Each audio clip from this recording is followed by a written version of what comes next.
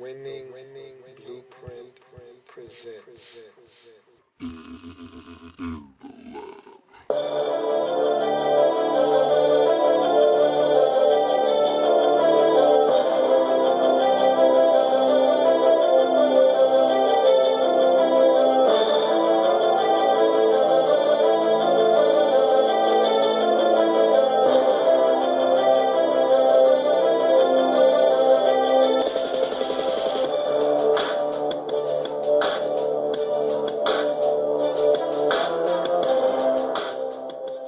In the lab room.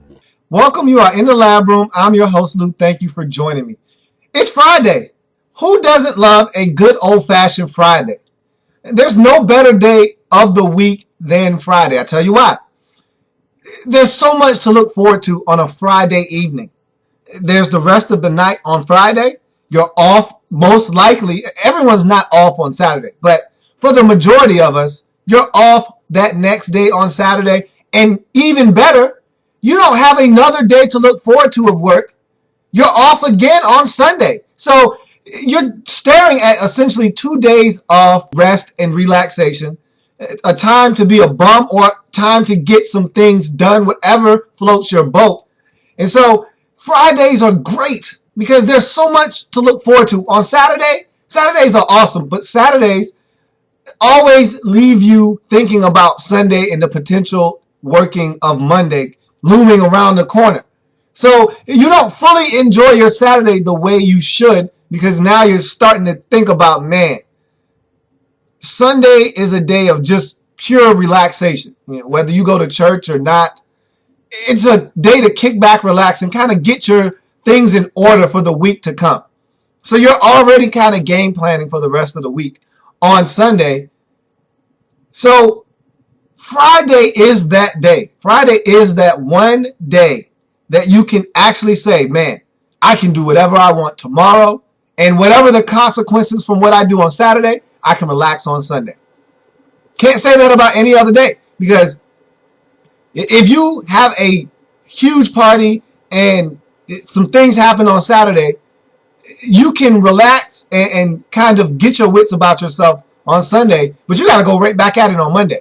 Whereas if something happens on Friday, say you go out and party on Friday, you can recoup on Saturday, or you could do it again on Saturday and still have Sunday to kind of catch up and get your legs back under you. Whereas if you do that on Saturday, you can't go out and do it again on Sunday, or you could. You're just going to have to pay for it on Monday morning. But look, I'm not here to talk about the days of the week. Let's talk some football. We're here in the lab room, jam-packed show. Haven't been doing this show all week, so we had a Monday episode. We're going to have a Friday episode now, and so there's a lot to get to. And I want to start with a slight. I should be ashamed of myself. I really should be ashamed of myself because this happened maybe 2 weeks, 3 weeks ago, and I haven't talked about it yet. And shame on me. So here I am, righting a wrong. I want to take this time to congratulate the class of 2013 Hall of Fame inductees. And I should have done this a while back. Again, it was really busy, and they did it around the Super Bowl. It got caught in a wash, and I just totally missed the boat on that. But I do want to definitely extend and congratulations to the following. Larry Allen, who had a marvelous career, probably one of the best that I've seen in the National Football League. I remember very vividly, probably the most memorable Larry Allen moment for me. And it wasn't even on the football field. It was him in the strongest man competition off at the Pro Bowl somewhere. And he just was tossing up iron. I mean, it was like 700 pounds. I could be over-exaggerating. It was an inordinate amount of weight, and he was just tossing it up as if it was a flapjack on each side of the end of the bar. It was just outrageous. It was mind-boggling. It just reminded you of how strong of a man he really was. And Troy Aikman never had to worry when Larry Allen was protecting him. That's for sure. So he's going into the Hall of Fame. Warren Sapp has been inducted into the Hall of Fame, and he will be enshrined in the class of 2013. He had a wonderful career as well. He was one of the most disruptive defensive tackles in his day, and so he will be rewarded with a trip to Canton, as well as Chris Carter. I thought that he was going to be a first ballot Hall of Famer. I was wrong. It seems like receivers always are the ones put on the back burners. You don't get in when you're supposed to unless you're Jerry Rice. Seems like guys like Tim Brown, Chris Carter would have gotten in on the first ballot, but Tim Brown's still not in. Chris Carter is just getting in 2013, and it took Art Monk about 8 million years to get in. So it seems like receivers are the ones that get put on the back burners. But nonetheless, Chris Carter could care less about anything else. He's in now. He will be inducted come the Hall of Fame game in the summer in the class of 2013. Two guys I know nothing about, Dave Robinson, Curly Culp. Congratulations to them. They're being inducted and enshrined into the Hall of Fame. Probably has been a long time coming for those guys. I don't know them, but again, congratulations to them anyhow. Also, head coach Bill Parcells. We know the track record. He's done so many things to really help advance the game, and not just from a coaching standpoint, but so many people he's mentored over the years that are in the National Football League because of Bill Parcells, learned a lot from him, and are now successful coaches like a Sean Payton, like a Bill Belichick. And so a lot of people owe gratitude to Bill Parcells, and he will be enshrined in the class of 2013. He is definitely a Hall of Famer, a two-time Super Bowl winner with the New York Giants. He is finally getting his just due, being elected into the Hall of Fame. And he probably would have been in sooner had he not decided to come back 17 times to coach. Now he's finally given it up, and it's been the 5-year grace period that it takes to be elected in, and now Bill Parcells is going to be in the Hall of Fame. Also, you look at Jonathan Ogden to round out this group, the mammoth left tackle for the Baltimore Ravens. He was one of the stalwarts, along with Ray Lewis, when his team came back to Baltimore. And so he was the preeminent lineman in the league when he was in the league at left tackle. Him and Orlando Pace were probably 1A and 1B in terms of offensive linemen who were dominant. And so don't be surprised if Orlando Pace isn't too far behind in talks of being enshrined in the Hall of Fame. But Jonathan Ogden, he's in, and he deserves to be in, and he was one whale of a left tackle when he played for the Baltimore Ravens. So that's your Hall of Fame class of 2013. Again, I apologize. They should have been recognized a lot sooner, but they got caught in the wash. They got caught in the wash. I just simply forgot to talk about it, forgot to give these guys their credit and just due for the marvelous careers that they put forth. And so I extend my deepest apologies to every single one of these members of the 2013 class of the Hall of Fame inductees. And so, again, congratulations to all of them on their marvelous careers, and may this be one of the most joyous occasions of their careers as they're finally immortalized in football immortality. All right, so now that we've put a bow on that and rectified that situation, let's get to some current events in the National Football League. And we'll start with Mike Tannenbaum, the recently fired New York Jets GM. He was on NFL AM, and I tell you what, that was some compelling TV. Listening to him talk about his tenure with the Jets and all the relationships that he's built over the years, and what he really thought was his undoing in New York. And he was very politically correct, as you would expect. He didn't throw anyone under the bus, but he did say that, in so many words, that probably the signing of Mark Sanchez, and not the initial signing, not the actual trade and sign for Mark Sanchez in the draft, but the contract that they just gave him just a season ago, that hush-hush money that they gave him after they went chasing after Peyton Manning. And look, everyone was in that Peyton Manning sweepstakes, and everyone who didn't get him had to go back and reconcile their differences with the quarterback that was currently on their roster, because the 49ers had to go back and stroke Alex Smith's ego. The Jets went and gave Mark Sanchez some hush-hush money. So teams had to go back and reconcile with their quarterbacks because they felt slighted that their franchise didn't think enough of them to just allow Peyton Manning to go elsewhere, and that they were going behind their back and seeking the services of Peyton Manning. Look, you always want an upgrade. If there is a such thing, you want it. And in those two situations, at the time before Colin Kaepernick emerged as the starting quarterback of the San Francisco 49ers, there was the ability for an upgrade in San Francisco. There was definitely, and there still is, an ability for an upgrade in New York for the Jets. And so Tannenbaum basically thinks that signing of Mark Sanchez to that extension on his deal was probably the undoing of him. It was the beginning of the end of his demise in New York. And I couldn't agree more. I mean, to me, that deal coupled with the Tim Tebow failed experiment was all she wrote for Mike Tannenbaum. I mean, Sanchez, I think, isn't a good quarterback. And he sat there on the program and tried to vouch for Mark Sanchez. And look, he drafted the guy. He wants him to succeed. He wants to be proven right. I get it. But I don't think that Mark Sanchez is a guy you can win with in the National Football League. That's just my personal opinion. I could be wrong, but he hasn't shown me the ability to win. And look, yeah, I know he's been to 2 championship games. That was off the strength of the Jets defense more so than Mark Sanchez being a player. I think that if the Jets have a top 5 defense and Mark Sanchez just doesn't throw up all over himself, he can get to the championship game again. That's what happens when your defense is extremely good and it's complemented by a great running game, which is what happened to Mark Sanchez in those 2 seasons when they went to the championship game. He didn't have to do much but not turn it over. And he turned it over, but he wasn't as egregious as he was in, say, 2012. And so I just don't think Sanchez is your answer in New York. But nonetheless, he thinks that that really got him canned in New York. And yeah, it did. That and the fact that he made that deal for Tim Tebow. And he explained that deal. And I thought it was interesting in his thinking and thought process of why he did it.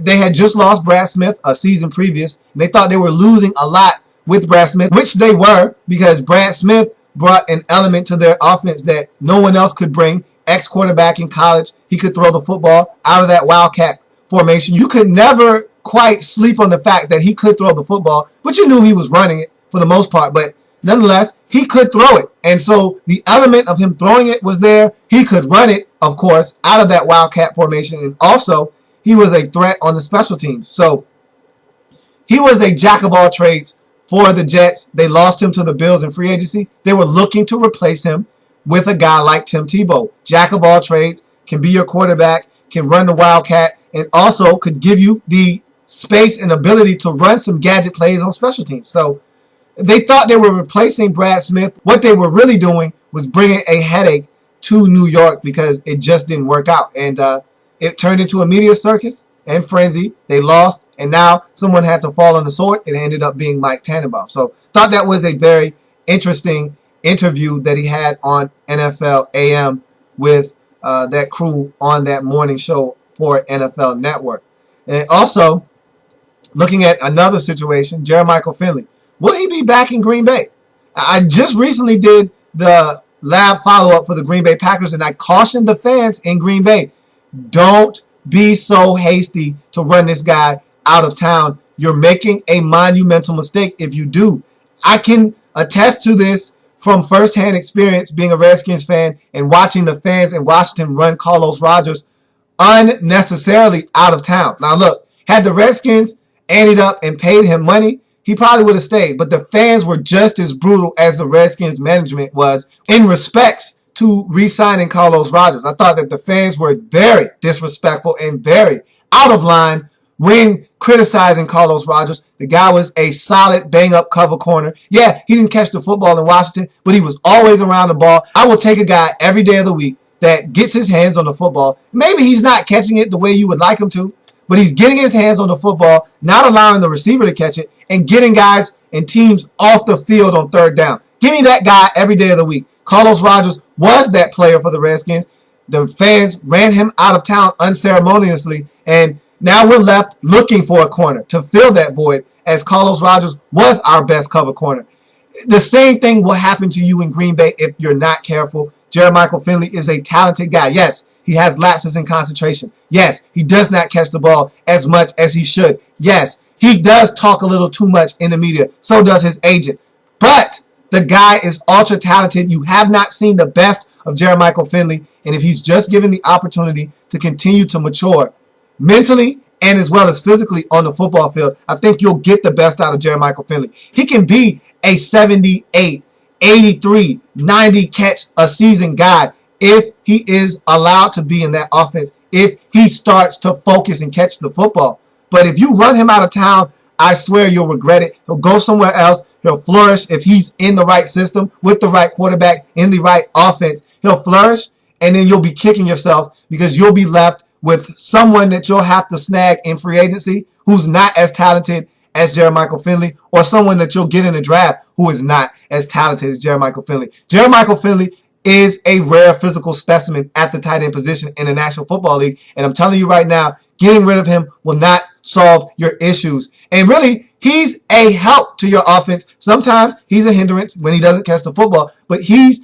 a mismatch nightmare, and he poses problems for opposing defenses when you put him on the field. And so I think Green Bay needs to reassess Jermichael Finley's worth and value to their offense and their franchise, and take a step back and realize that you can't do much better than him out there on the free agent market. Teams aren't letting franchise tight ends walk away.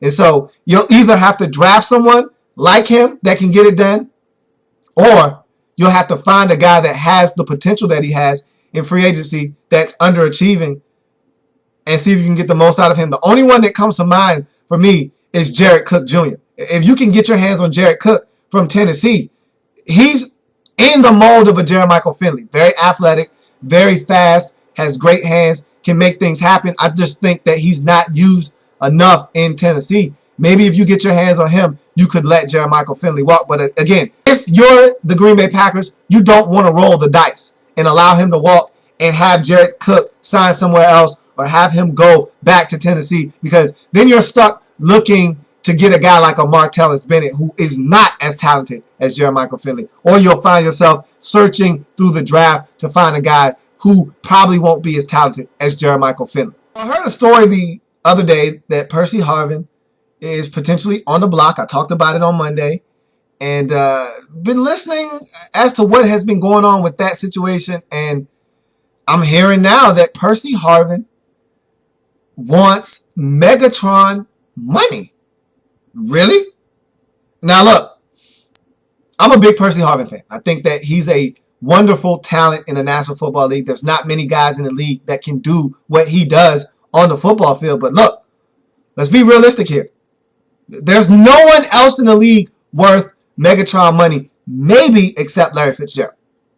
And I even have my doubts there. But I'll tell you one thing that makes Larry just as valuable, if not more valuable than Megatron. He catches the ball. Megatron had a lot of drops in the 2012 season. When you're targeted as much as he was, though, you get a built-in excuse, but still, he dropped the football a lot. Larry Fitzgerald doesn't.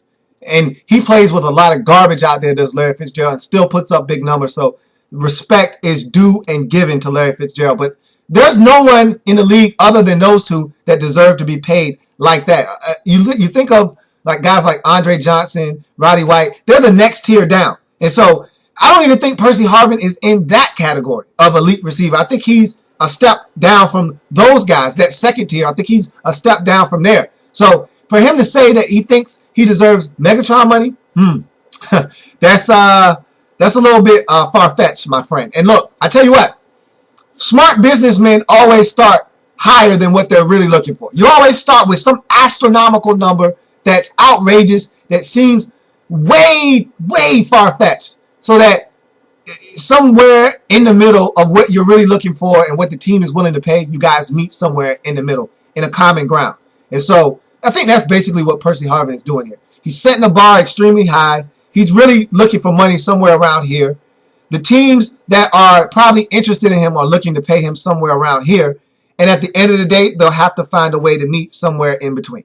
And that's probably most likely what he's doing, what him and his agent are doing right now, is planting a seed that will probably grow into a very lucrative deal. And it's probably going to yield a deal that is more reasonable than what he's talking about right now. But nonetheless, I don't think he'll be back in Minnesota. It looks more and more every day like it's less likely that Percy Harvin will be back in Minnesota in 2013. Also, I want to talk about the crop of quarterbacks coming out in the draft this season. You know, we had a fabulous quarterback draft, probably the best quarterback class ever. I did a whole show and segment all season long chronicling these 5 quarterbacks. I dubbed them the NFL starting 5, and I thought that they had a remarkable rookie campaign. You'll never probably see the likes of that again. And the closest thing that we saw to that was, of course, the class of 83 with Elway, Marino, and Kelly. But these guys, to me, are better, or at least they have the potential to be. Let's not get ahead of ourselves. They haven't done anything in the league quite yet. But from what we've seen, if they continue down that path, they'll shatter a lot of those records set by those guys. But this class is nowhere near that class from last year. It pales in comparison, and that's being nice. That's an understatement. There's really no bona fide head and shoulders above the rest candidate to be drafted as the first quarterback taken off the board. I don't even know if a quarterback will be the first overall selection in this year's draft. I don't even think one will. And there's about 5 quarterbacks that everyone's talking about. And I'm here to tell you that as bad as all of these quarterbacks are being badmouthed, someone from this quarterback group will succeed in the league and exceed expectations that have been put for this quarterback group. I'm telling you right now, it always happens. Someone of this group is going to come out of nowhere, and it may be one of the ones at the top of this group. It could be a Matt Barkley. It could be a Geno Smith. But one of these guys is going to blossom into a really good NFL quarterback. Maybe not great, the likes of which we've never seen. I'm not saying that. But they'll exceed expectations and really be a good quarterback in the National Football League. One of these quarterbacks is going to be a franchise quarterback, if not more than one of them. I bet you. Wilson, Glennon, Nazib, Jones, Barkley, Smith. One of those guys will emerge as a really solid NFL quarterback. Now, don't ask me which one it is. Now, I can't tell you because none of these guys have wowed me. None of them have impressed me to this point. But I tell you what, someone of this group is going to light it up when they get into the league, when they get the opportunity. Mark my words. You heard it here first on this very program.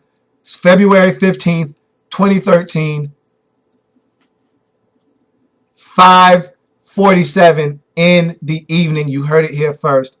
Someone of this group is going to light it up in the NFL, and no one's going to expect it.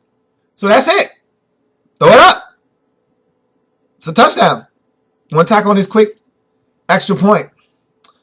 So I heard something that kind of, I won't say saddened me, but it just kind of reminded me how physical and brutal the NFL can be. And you always hear the constant reminders, guys getting concussions and veterans who played in the league years before and having memory loss and having all these ailments. And so you never really forget how physical and how dangerous a sport football can be. But Johnny Knox, just the other day, announced his retirement. He wanted to try and come back, but it's not going to happen. And he's come to the realization and come to grips with the fact that his football days are over. His days of being able to participate in the sport that he loves and compete, they're done. And like he said himself, he's just lucky to be able to walk. And the hit that he took, his body folded up like an accordion. I've never seen anything like that in my life. I was so surprised to find out that he wasn't paralyzed. I mean, the hit that he took and the way his body folded up, I've never seen anything like that in my entire life. And it was gruesome. It's hard to watch. If you haven't seen it, it's not for the faint of heart. And I'm a little disappointed that he never received that opportunity to give it a go and at least try and come back. But at the same time, I'm so grateful and thankful. And I feel like he's very blessed to have been able to play this game that we all love and also to be walking again, because he could have easily been confined to a wheelchair for the rest of his life. I mean, shots like that, guys become paraplegics from it. And he was able to just nearly avoid being strapped to a wheelchair for the rest of his life. And so from that aspect, from that point of view, I'm so happy for him. But a little disappointed that he never got the chance again to try and play the game that he loves to play. And so he had to hang it up. He announced his retirement. And hopefully there's some things on the horizon for him, because I believe Johnny Knox is only 26, 27 years old. I mean, he's a relatively young man. And so now he has to go on with the next chapter in his life at such an early age. But again, that's what this sport that we love does to people. Guys come in the league hopeful at 21, 22 years old, and by 26, they're finished. Whether it's because of lack of production or their bodies just give up on them. It's a very taxing sport, very physically demanding, and it's very dangerous. And that's why everyone can't play. Everyone isn't suited to play in the National Football League. And that's why when players gripe about money issues, you'll never hear me jump on anyone. Even if they're in the wrong, get paid, and get paid as much as you humanly possibly can be paid. Because once it's done, it's finished. You'll never get that opportunity to make that kind of money again. So what a ending to that story for Johnny Knox. Not the one I was hoping for, but that's the nature of the beast. And everyone that plays this game knows exactly what they're signing up for when they play. And that's going to do it for this episode here in the Lab Room on this Friday. I thank you for joining me. You know the ways to contact the show. There's Facebook. In the Lab Room is the Facebook page. Like me on Facebook. There's Twitter. At In the Lab Room is the Twitter handle. There's YouTube. Louis T is the page. Subscribe if you have a chance. And there's the inbox. In the Lab Room at gmail.com is the inbox. That's the most direct way to contact me or the show. And again, if you access any one of those social media websites, it'll come directly to the inbox anyhow. So no worries. If you want to contact the show, In the Lab Room is essentially all you really need to know. You type that in, and most likely you will find me. And that'll do it for this edition of In the Lab Room. I thank you for joining me again. And as always, want to see you back here same time, same place. And I want you to come back as we wrap up the Lab follow-up segment. Baltimore Ravens are the final team, as they will be picking last in the 2013 draft, as they are your Super Bowl champions for the 2012 season. And so we'll be talking Baltimore Ravens football, and there's going to be a lot of changes for this team in the offseason. So stick around for that as we put a bow on one thing and we start a new something else. And we'll talk about that a little bit later. But I want to see you back here for the Lab follow-up of the Baltimore Ravens as we end that segment and start something else. And I will see you back here in the Lab Room on Monday. Have a good weekend. Enjoy. I'll see you then.